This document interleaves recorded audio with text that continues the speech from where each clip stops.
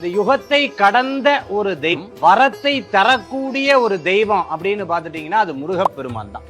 அதுலயும் பாத்துட்டோம்னா நமக்கு 2 கண். முருகப்பெருமானுக்கு 12 கண்கள் இருக்கு. இந்த 12 கண் மட்டும்தான் அவருக்கு இருக்கான்னா 18 கண் இருக்கு. எப்படி சார் 18 கண்? முருகா முருகா முருகா என்று ஓதுவார்க்கு 2 கால்களும் தோன்றுமே. நீங்க சித்தர்களுக்கும் ஞானிகளுக்கும் காட்சி கொடுத்த புராணங்கள் கதைகள்லாம் நம்ம பார்த்திருப்போம். ஆனா இன்றைய தினத்திலையும் ஒவ்வொரு பக்தர்களுக்கும் இன்னைக்கு ஒண்ணு வேண்டினா அன்னைக்கே நடத்தக்கூடிய அற்புதமான சக்தி. ரொம்ப மன வருத்தத்தோட இப்படி உட்கார்ந்து இருக்கும் போது வண்டியில முன்னாடி ஒண்ணு போட்டிருக்கோம், யாம் இருக்க பயமேன்னு போட்டிருக்கோம். அப்பா அப்பா அப்பா அப்பா அப்பா சரி, என்னென்ன தான் அனுகிரகம் பண்ற, என்னென்ன விஷயத்தை அனுகிரகம் பண்றாருன்னா வேண்டும் வரத்தை அத்தனையும் அள்ளி தரக்கூடியவர் முருகப்பெருமான். குழந்தை இல்லாம இந்த முருகன்கிட்ட நடந்து வந்தோம். இப்ப பாத்தீங்கன்னா எங்களுக்கு குழந்தை பிறந்து அந்த 2 குழந்தைகளும் இப்ப முருகப்பெருமான் பாருங்க, இவங்க 2 பேர் தான் பாத யாத்திரையா நடந்து வராங்க. முருகனே செந்தில் முதல்வனே மாயோன் மருகனே ஈசன் திருமகனே உருகை முகன் தம்பியே நின்றுடைய தண்டை கால் எப்பொழுதும் எப்பொழுதும் நம்பியே நம்பியே கைதொழுவே நான் வேல் வேல் முருகா வேல் முருகனுக்கரகரோகரா. முருகப்பெருமானுடைய சிறப்புகளை பத்தி சொல்லணும் அப்படின்னா 1 2 பத்தாது, சொல்லிண்டே போனோம். ஆனா முருகப்பெருமானுடைய கோயிலுக்கு போனா கண்ணு 2 அப்படி முழிச்சு பார்த்து கும்பிடுவோம். ஏன்னா ஒரு சனம் எங்கேயாவது அவருடைய நம்ம கண்ணுல இருந்து அவருடைய இதுல இருந்து நம்ம மாறிடக்கூடாதுன்னு அப்படி கண்களை திறந்து அவருடைய திருப்பாதங்கள், அந்த முருகனுடைய அழகை, வேலை வேலவனை வேலாயுதனை தண்டாயுத பாணியை அந்த முருகப்பெருமான அப்படியே பார்த்துட்டு இருக்கோம். இன்னொரு பேர் அதிசயம் சொல்றேன், இது முருக பக்தர்களுக்கெல்லாம் தெரிஞ்ச ஒரு அதிசயம். அதாவது எந்த இடத்துலயும் முருகரை அவங்க வந்து பார்த்துக்கிட்டே இருப்பாங்க. நீங்க எப்படி அப்படின்னு கேட்டீங்கன்னா, ஒரு டாக்டர்கிட்ட போவாங்க, அவர் பேர் செந்தில்னு இருந்ததுன்னு வைங்க, முருகா சார் மருந்து கொடுத்தவரும் முருகர் தான் சார், மருந்து ஊசி போட்டவரும் முருகர் தான் சார். இதெல்லாம் என்கிட்ட வர்றவங்க பார்த்து சொன்னது. நானே அப்படிதான் சில நேரங்கள்ல நினைச்சுட்டு இருக்கேன், கார்த்திக்னு பேர் இருந்ததுன்னா பரவாயில்ல முருகருடைய பேர்ல வந்தீங்கன்னு. இப்படி எல்லா இடங்களிலும் முருகனை பார்க்கக்கூடிய ஒரு அற்புதமான அந்த பக்தர்கள், அந்த பக்தர்களுக்கு உண்டான யுகத்தை அமைக்கக்கூடிய அற்புதமான சக்தி யார்கிட்ட இருக்குன்னா முருகப்பெருமான்கிட்ட மட்டும்தான் இருக்கு. தெய்வங்கள் எல்லாம் பார்த்துட்டேன் அப்படின்னு சொன்னா நம்ம பார்த்திருப்போம், 4 கைகள் 5 கைகள் 6 கைகள் எல்லாம் பார்த்துட்டு இருப்போம். இங்க 12 கைகள். அதுலயும் பார்த்துட்டேன்னா நமக்கு 2 கண். முருகப்பெருமானுக்கு 12 கண்கள் இருக்கு. இந்த 12 கண் மட்டும்தான் அவருக்கு இருக்கான்னா 18 கண் இருக்கு. எப்படி சார் 18 கண்? முருகனுக்கு நாங்களுக்கு தெரிஞ்சு 12 கண்ணு, 2 கண்ணுன்னா 6 முகத்துக்கு 12 தானே, கரெக்டா தானே கால்குலேஷன் சொல்றேன். அதுல எங்க மாற போறது அப்படின்னா, சிவபெருமானுடைய நெற்றிக்கண்ணில இருந்து வந்தவர் அர்த்த நேத்திரம்னு சொல்லுவா. அதாவது உள்ள இருக்கக்கூடிய நேத்திரம் வெளியில தெரியாதான். அப்போ அவருக்கு 18 கண்கள் இருக்கு. அதனால்தான் ஞான தண்டாயுத பாணியாக அருள் செய்யக்கூடிய முருகராக வரார். மற்ற கோயில்கள்ல போனா அமைதியா இருங்கன்னு சொல்லுவார், ஆனா முருகர் கோயில்ல போனா அமைதியா இருங்கன்னு சொல்ல முடியாது. ஏன்னா இப்ப நான் ஆரம்பிக்கும் போது வெற்றிவேல் முருகனுக்குன்னு சொன்னோன்ன தானாகவே தமிழ் சொல்லாமையே உள்ள இருந்து அரோகராங்கிற வார்த்தை வருது. மற்ற கோயில்கள்ல போனா அமைதியா இருப்போம், முருகர் கோயில்ல போனா அரோகராங்கிற வார்த்தை அங்க அந்த இடத்துல வந்துருது. ஹரியும் ஹரனையும் சேர்த்து அழைத்து இதோ அங்க நிக்கக்கூடிய அந்த முருகப்பெருமான் காட்சி அளிக்கிறார் அப்படின்னு சொல்லி நம்ம பார்க்கறது உண்டு. மற்ற பக்தர்களுக்கும் இந்த முருக பக்தர்களுக்கும் இருக்கக்கூடிய வித்தியாசம் என்ன அப்படின்னு பார்த்தோம்னா, நான் ஒரு கோயிலுக்கு போயிட்டு வந்தேன் அப்படின்னு சொன்னா ரொம்ப பிரமாதம், சுவாமியினுடைய அனுகிரகத்தை நீங்க பெற்றுப்பேல் அப்படின்னு சொல்லுவா.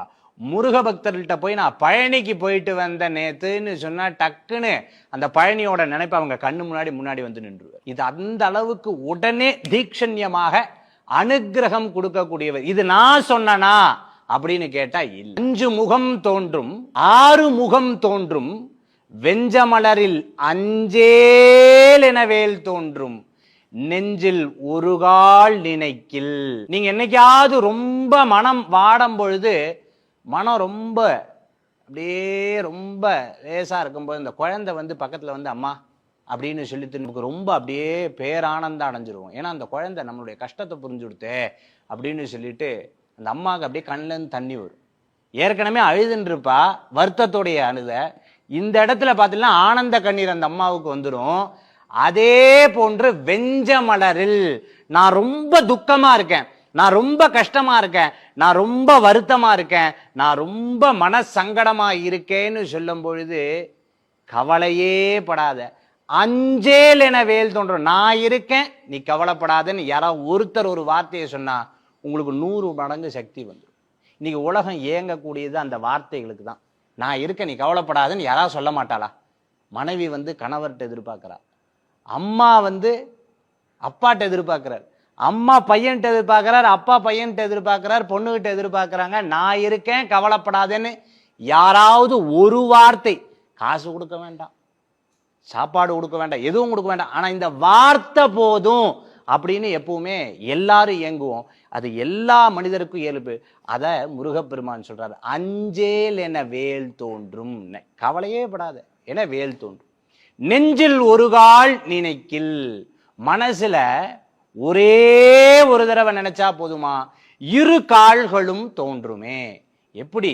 முருகா முருகா முருகா என்று ஓதுவார்க்கு இரு கால்களும் தோன்றுமே அப்படின்னு ரொம்ப அழகா சொல்ல. அப்ப இந்த யுகம் யாருடைய யுகமாக இருக்கு அப்படின்னு பார்த்தோம்னா முருகப்பெருமானுடைய யுகமாக இருக்கு.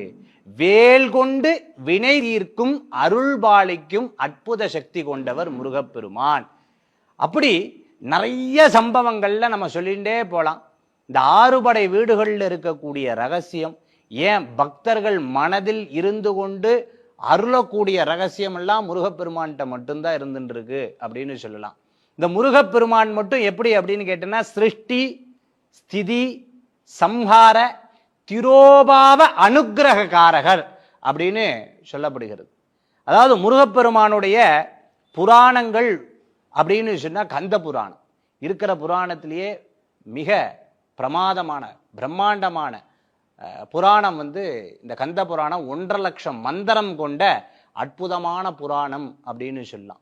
அப்பேற்பட்ட அந்த முருகப்பெருமான் இந்த யுகம் மட்டும் இல்லாத எல்லா யுகங்களிலும் எல்லாருக்கும் அனுகிரகம் பாலிக்கக்கூடியவர்.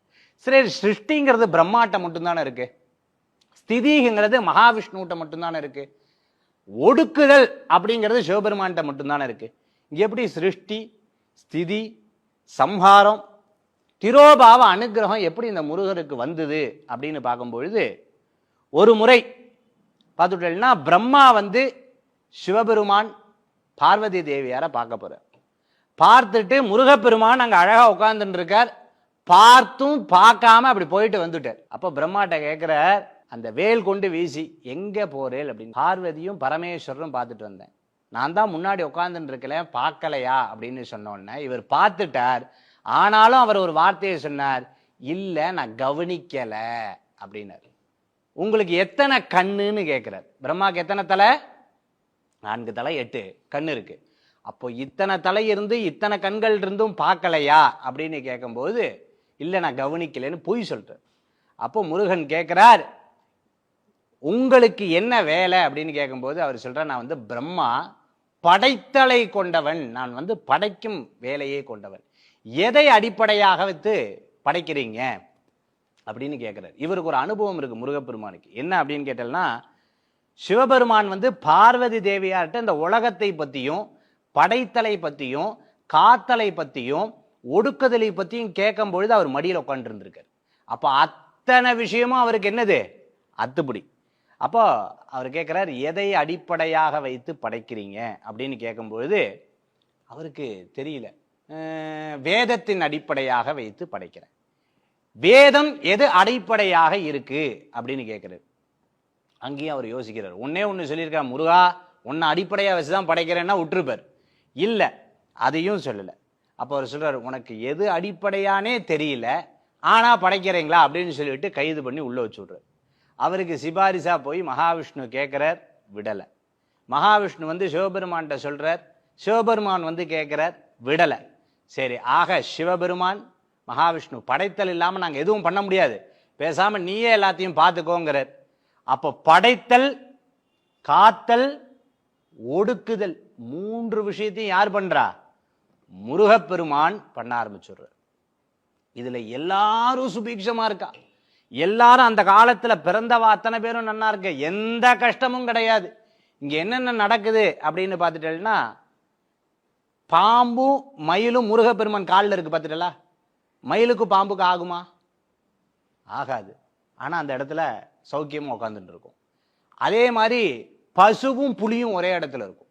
இப்படி எல்லாம் ஆப்போசிட்டா இருக்கக்கூடிய அத்தனை மிருகங்களும் சந்தோஷமா இருக்கு. எல்லாம் நல்லா இருக்கும் போது அங்க சனீஸ்வரருக்கும் யமதர்மராஜாக்கும் வேலையே இல்லை. அவர் போற சிவபெருமான்ட்ட மன்றாடுற, பரமேஸ்வரா கைலாசநாதா இப்படி பண்ணிவிட்டல, எங்களுக்கு வேலை இல்லாம, நான் வந்து தர்மத்துக்கே அதிபதி, யாரு பிடிக்கிறாளோ இல்லையோ நான் சட்டுன்னு பிடிச்சிட்டு உங்களையே பிடிச்சிருக்கேனா இல்லையா அப்படின்னு கேட்கிற. உடனே பார்த்துட்டு ஆமா கரெக்ட் தான், சரி இப்ப என்ன பண்ணணும், எனக்கு வேலை இல்லையேங்கிற. உடனே நேரா போய் சிவபெருமான் கேட்கிறார் முருகர்கிட்ட, முருகா அப்படின்னு. உடனே பிரம்மாவை ரிலீஸ் பண்ணி பிரம்மா வந்துட்டார். சரி அவருக்கு நீங்க ஜாமீன் கொடுத்துட்டீங்க, நீங்க பதில் சொல்லிட்டு போங்கன்ட்டார். அப்போ ஒரு குருமுகமாக இருக்கக்கூடிய முருகர்கிட்ட உட்கார்ந்து கேட்கிறார். ஓம் எனும் பிரணவத்தை பத்தி அவருக்கு சொல்லி கொடுக்கிறார். என்ன சொல்றார்? ஓம் எனும் பிரணவத்தை பத்தி அவருக்கு சொல்லி கொடுக்கிறார். அதனாலதான் சொன்னேன், முருகப்பெருமான் யுகங்களை கடந்து ஓமெனும் பிரணவ ஸ்வரூபமாக இருக்கக்கூடிய அற்புதமான தெய்வம் எம்பெருமான். நீங்க சித்தர்களுக்கும் ஞானிகளுக்கும் காட்சி கொடுத்த புராணங்கள் கதைகள்லாம் நம்ம பார்த்திருப்போம். ஆனா இன்றைய தினத்திலையும் ஒவ்வொரு பக்தர்களுக்கும் இன்னைக்கு ஒண்ணு வேண்டினா அன்னைக்கே நடத்தக்கூடிய அற்புதமான சக்தி. அதனாலதான் சொன்னேன், ரொம்ப மன வருத்தத்தோட இப்படி உட்கார்ந்து இருக்கும் போது வண்டியில முன்னாடி ஒண்ணு போட்டிருக்கும், யாம் இருக்க பயமேன்னு போட்டிருக்கும். அப்பா அப்பா அப்பா அப்பா அப்பா முருகா, உன்னுடைய கருணையே கருணை. எல்லா இடங்களிலும் அந்த அவருடைய கருணையை காமிப்பார், முருகருடைய படத்தை காமிப்பார் ஏதோ ஒரு வடிவத்துல.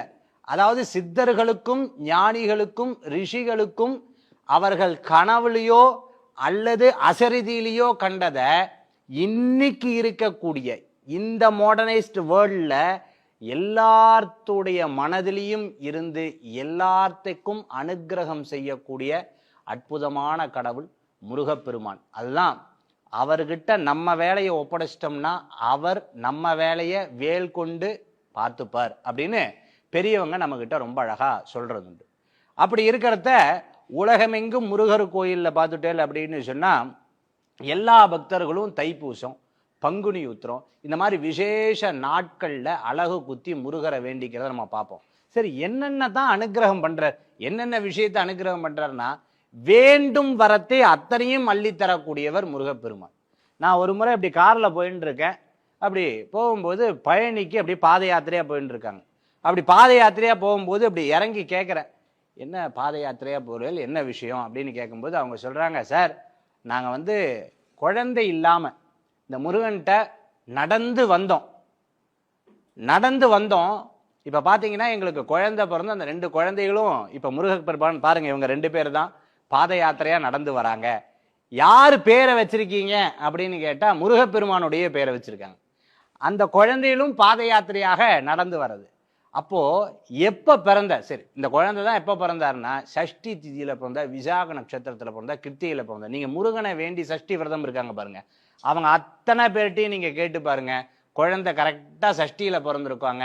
இல்லைன்னா விசாக நட்சத்திரத்துல, இல்ல பூச நட்சத்திரத்துல, இல்ல கிருத்திகை நட்சத்திரத்துல, இல்ல பரணி நட்சத்திரத்துல முருகப்பெருமானுக்கு உகந்த நாளை தொட்டு பிறந்திருக்கார். அந்த இடத்துல அவர் காண்பித்து கொடுக்கிறார், நான் இருக்கேன், நீ ஏன் கவலைப்படுற அப்படின்னு சொல்லிட்டு. இப்படி பல்வேறு விஷயங்கள் முருகப்பெருமானை சொல்லிக்கொண்டே போலாம். இன்னைக்கு இருக்கக்கூடிய பக்தர்களும், மலேசியாவில் இருக்கக்கூடிய பத்துமலை முருகர் கோயிலும் சரி, லண்டன்ல இருக்கக்கூடிய பிரமாதமான கோயில்கள்லையும் சரி, இன்னைக்கு முருகனை மட்டும் ஏன் விமர்சையா கொண்டாடுறா, ஏன் தேர் திருவிழா நடத்துறா, ஏன் இவ்வளவு விமர்சையா கொண்டாடுறா அப்படின்னு கேட்டா, இன்னைக்கு இருக்கக்கூடிய அத்தனை பேருக்கும் கேட்டவுடன் வரத்தை அள்ளி அள்ளி தரக்கூடிய அற்புதமான பெருமானாக எம்பெருமான் இருக்கிறது தான் நம்மளால பார்க்க முடியும். அதனால்தான் இந்த முருகர் யுகம் அப்படிங்கிறத நம்ம இன்னும் விசேஷமா கொண்டாடிட்டு இருக்கோம். இது முருகரோட யுகம் தான். கலோ சுப்பிரமணியன்னு பெரியவா சொல்லியிருக்காங்க. அதாவது இந்த கலியுகத்துல சுப்பிரமணியர் தான் கண்கண்ட தெய்வமாக காட்சி அளிக்கக்கூடியவர், கண்கண்ட ரூபமாக காட்சி அளிக்கக்கூடியவர் அப்படின்னு காஞ்சி மகா பெரியவர் சொன்னதை இப்போ நினைவுபடுத்த விரும்புகிறேன்.